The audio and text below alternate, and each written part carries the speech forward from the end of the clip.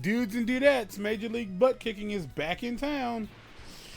Both of these are like right here. Huh? What was this? What is this place? I either got to play this as Goku or I got to do it as Gohan. I don't know which is. I don't know which it'll be until I get down there. Hiya!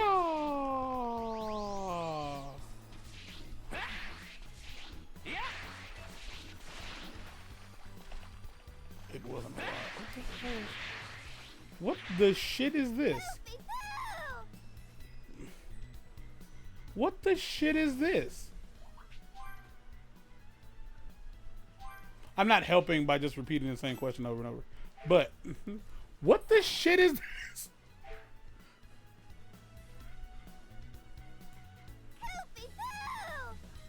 Oh, God damn it.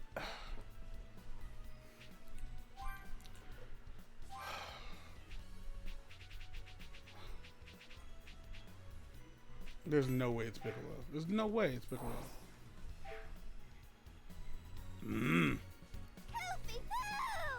Fuck! What is this? Oh. Am I... Well, hold on. I was talking to the floating things and not the little girl. Oh. Ah, fuck that itches. Sorry. Maybe I know someone here though.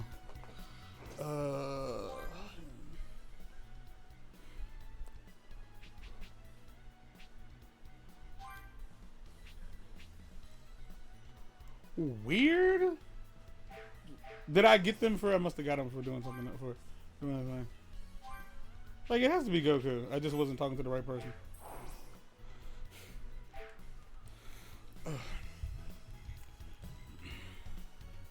Yeah, I'm stupid.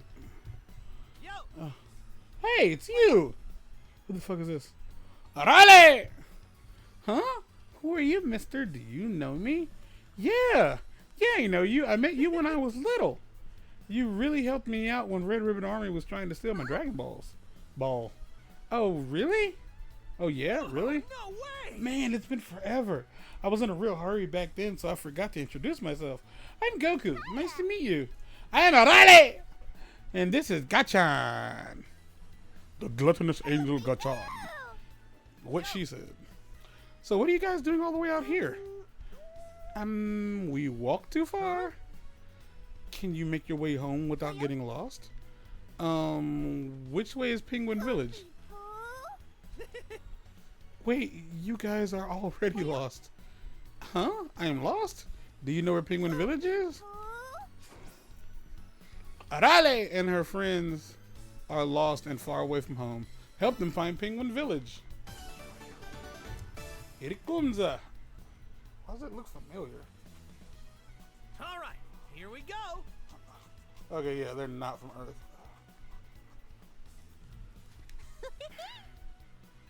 So excited! So what are you gonna do? Uh-oh. Wait. I don't remember where your village is. Oh, no, no. Don't worry. I know what to do. I'll ask Fortune Teller Baba. I'm going to piss this old woman off to the point she banishes me to the dark world. Fortune Teller Baba? Yeah. Is she strong? Yeah, in a way. She's a crazy smart old lady that'll definitely be able to tell us where your village is. Not for fucking free. Hooray! Let's go see Fortune Smeller Baba.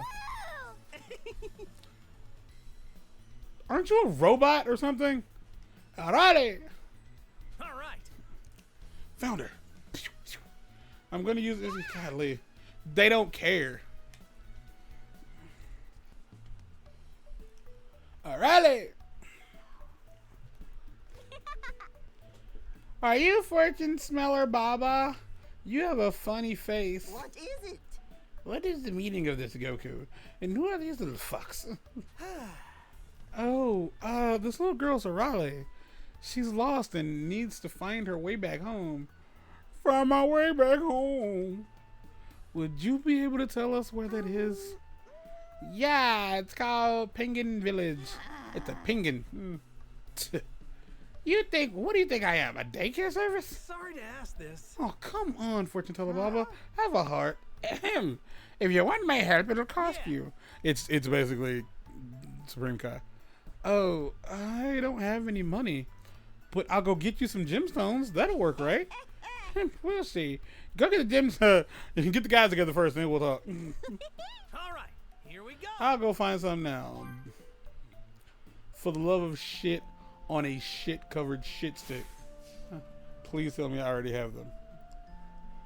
Good old fortune teller Baba, still as money hungry as ever. Damn. In the west area.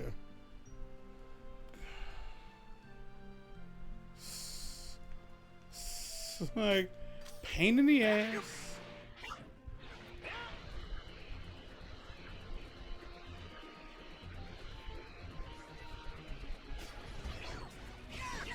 No, that's not how you do that. You gotta go punch it. All right.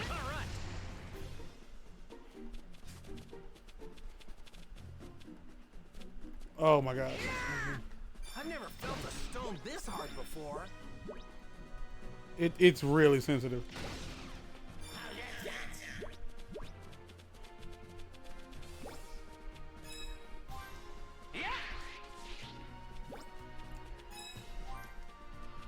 I have decided that I will indeed, like at some point in the lifespan of the channel, play the two Spider-Man Wii games. I have a couple games, and I really, yeah, I'm seeing like fuck.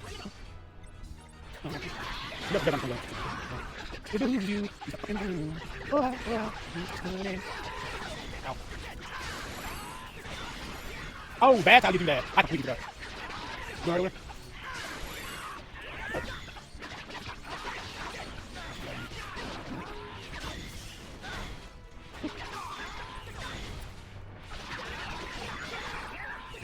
Oh.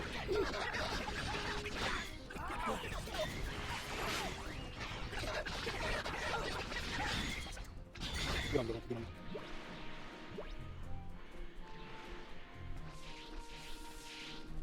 right.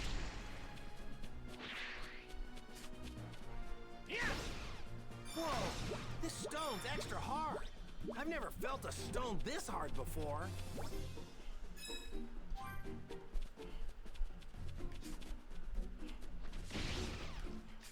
Come on. I've never felt a stone this hard before.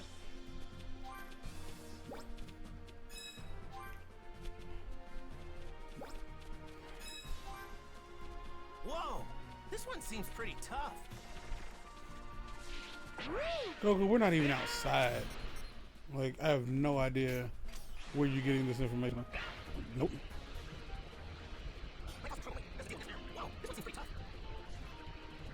Gosh, I do hope there's more. I was too close to the. Shut the fuck up.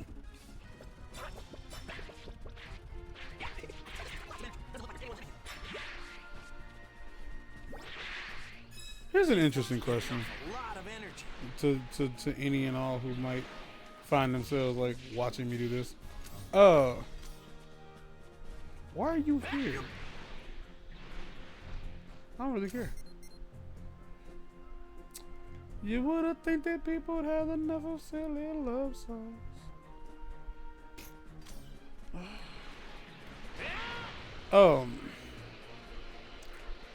As I mean, I don't know if you can tell just by the way I sound, but I'm black.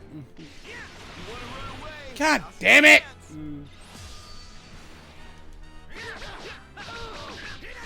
But I was curious, like, you know, R&B kind of comes off as a, I wouldn't say it's a black form of music, but it's definitely urban. Like, it's definitely like an urban form of music. When I was in high school and shit like that, I can say that like most of the Hispanic kids, white kids, yada yada yada, kind of all like, we all kind of like the same kind of music because that's how kids work. Like, not very many kids like deviate from what they're into, like from what everybody else is into. Like, unless there's a reason they don't get into it. Like, God, I'm getting beat the fuck up.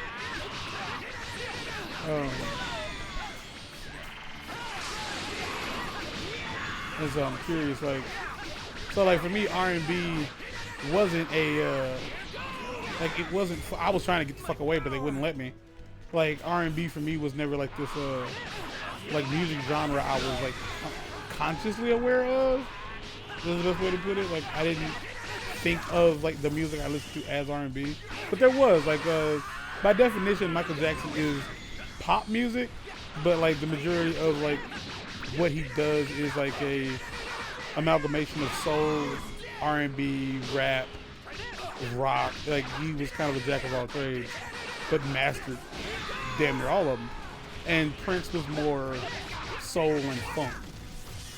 But like as a kid, like the to this day, like one of my favorite, if not my favorite R&B album is Attitude by Truth, 1989. That's like it's probably my favorite by far. But the thing is, most of the songs on that album, if you like know anything about like R&B from like that time, that time era, it wasn't what R&B became. And I'm not talking about like the like what it is currently. I mean like it wasn't like Pretty Ricky and stuff like that. Like R&B was not used to sell sex necessarily, or like it wasn't sexually driven, but it was definitely driven through like by emotions. Like you know the B in the R&B is you know the blues. So R&B, yeah, a lot of it was sad because it was sad. Like a lot of it is like R&B. Okay, for those who like agree or disagree if you want to, but R&B is basically black country music. That's what it is. Like R&B is like a cross between I'm sad and this is why I'm sad and there's nothing I can do. Wow, am I really gonna have to leave and come the fuck back? Jesus Murphy. But yeah, it's basically country music. And I feel like that's a weird thing to say. Oh, I'm over here. Am I over here? I think that's a weird thing to say. It's like country music. Yeah. Because most motherfuckers will tell you like that country music is just straight up, you know, sad ass white people bitching and complaining about stuff that it's literally the same area. God damn. Like they're just bitching and complaining about stuff that makes them sad. And that's what R&B kind of is, except it's mostly like it revolves around relationships. For the most part, it revolves around relationships. So the reason I brought all this up because it wasn't going nowhere. But my question is, if you listen to R&B, if you are a big fan of the genre, what age did R&B start making sense to you? Like, was there something you went through? Like, because I feel like for most of us, it'll have to be like, well, when I got into my first relationship, I started to understand what R&B was about, and I feel like that's the answer most people will give. Is like, yeah, I didn't understand what it was about at first, but like I got my first girlfriend or boyfriend, and then I just kind of like it clicked.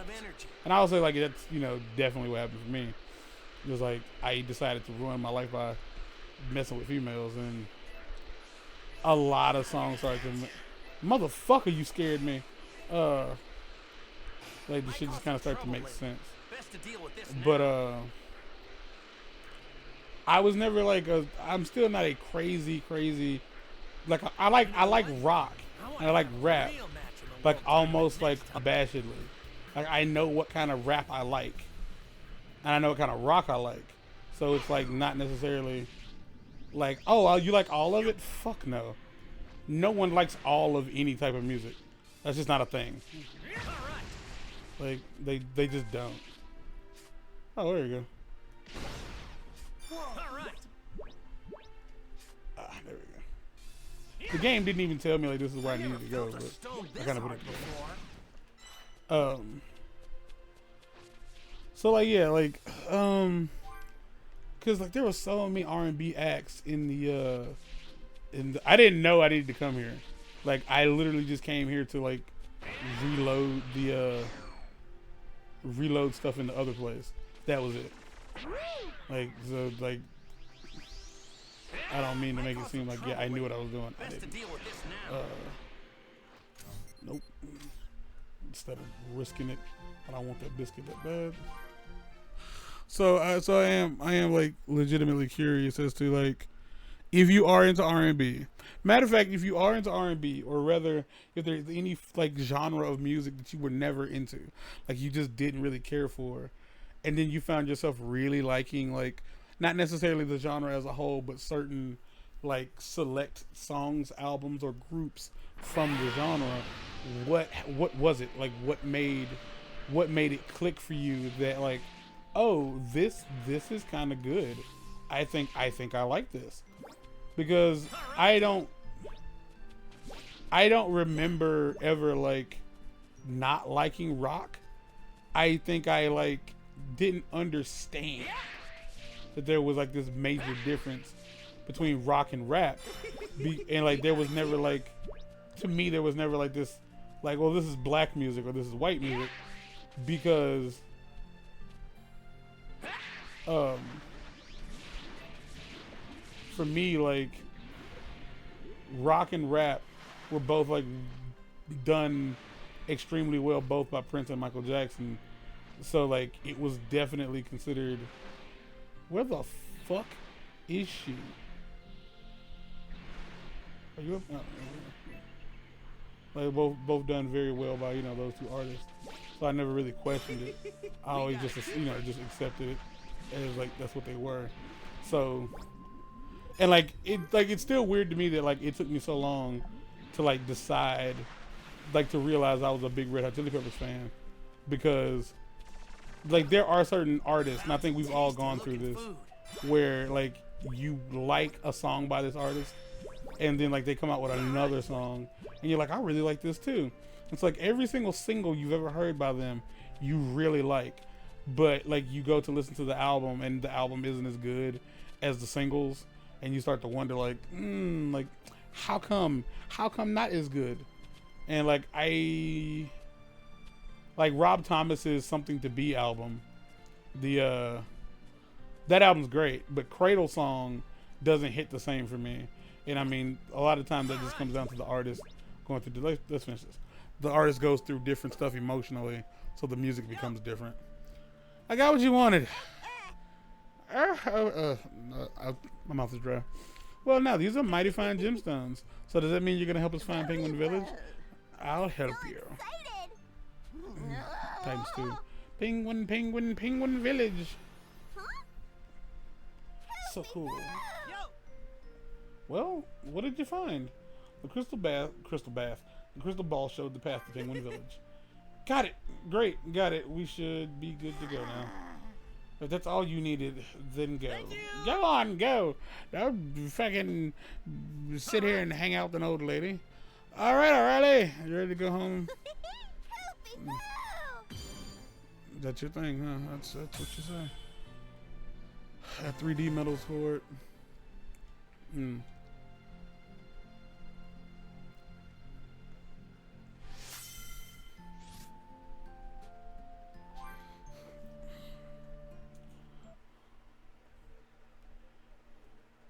Is there another cutscene after this? Oh. But yeah, I'm trying to think of something like right now that like definitely says like, I really like this song, I like this song, I like this song, but I don't really care for the albums. I can say like Bone Thugs and Harmony's like that for me. Like after like getting a hold of several of their like full albums, like I'm not a super fan of their full albums. Busta Rhymes for sure is like that for me. His singles are beastly, but I realized like after listening to things like ELE and It Ain't Safe No not It Ain't Safe No More, but Disaster Strikes.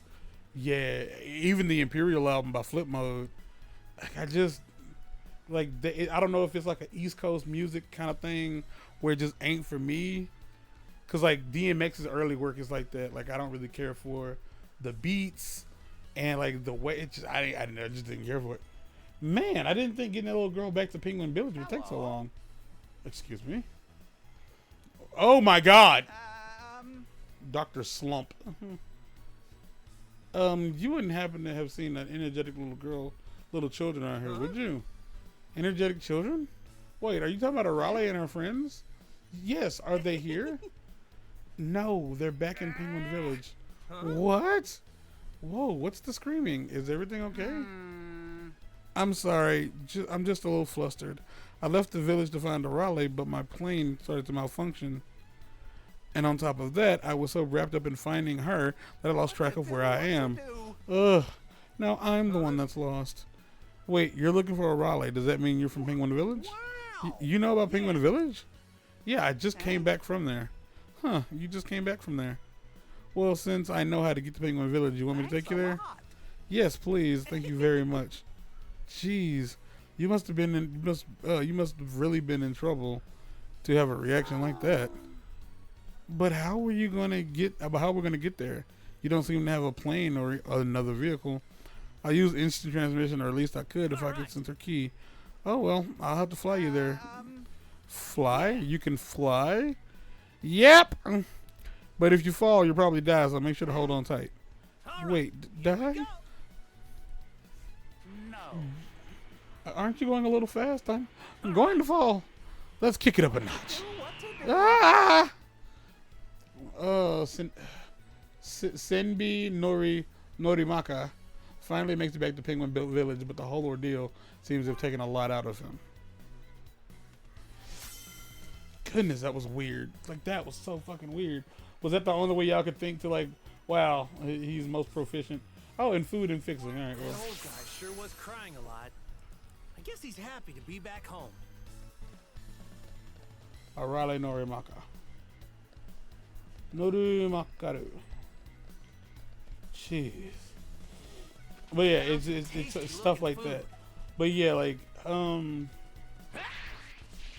I sit and think about like what I mean like classic R&B or like typical R&B, stuff from Genuine, like specifically some of the songs that were on the Men in Black soundtrack, like the first one, the Men in Black, like the album, Men in Black the album is what the soundtrack is called.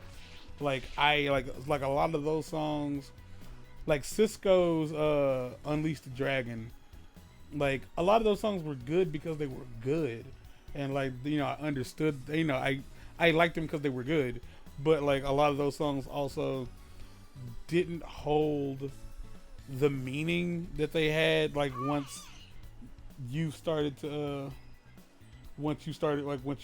the whole like, oh, I get what this is now, like this is what this feeling is, I understand stuff like that, like so it is like I'm just curious, like if you are like a fan of R&B, rock, hip hop or whatever, like what was like, or like any like genre that you never really was a fan of, like when you first like find yourself getting into that genre that you're like a super fan of now, or like as an R&B fan, like when did you start getting it, like when did